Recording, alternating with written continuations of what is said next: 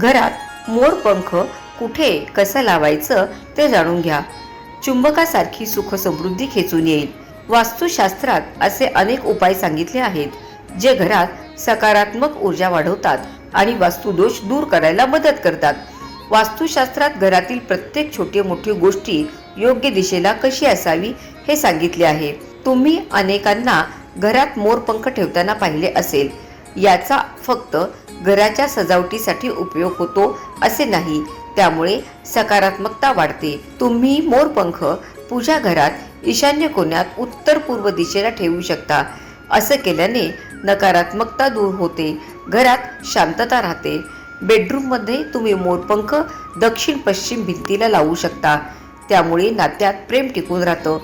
तुम्ही घराच्या प्रवेशद्वारावर 3 मोरपंख लावले तर ते नकारात्मक एनर्जीला घरात प्रवेश करण्यापासून रोखतात. यामुळे घरात सुखसमृद्धी टिकून राहते. घराची तिजोरी आणि कपाटात मोरपंख ठेवणे चांगले मानलं जातं. यामुळे आर्थिक स्थिरता टिकून राहते. ऑफिस डेस्कवर मोरपंख ठेवणे चांगलं मानलं जातं. यामुळे कामात एकाग्रता वाढते. त्याचा फायदा तुम्ही पाहू शकता. मुलांची अभ्यासात एकाग्रता वाढवण्यासाठी मुलांच्या स्टडी रूममध्ये तुम्ही मोरपंख ठेवू शकता. पुस्तकात वहीत मोरपंख ठेवणे शुभ मानलं जातं.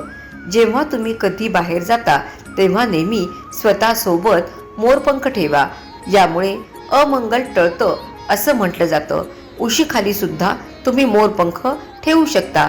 वास्तुशास्त्रात असं सध्या म्हटलंय की जेव्हा कधी तुम्हाला पडलेला मोरपंख मिळतो ते तुमचं भाग्य उघडण्याचा संकेत मानला जातो.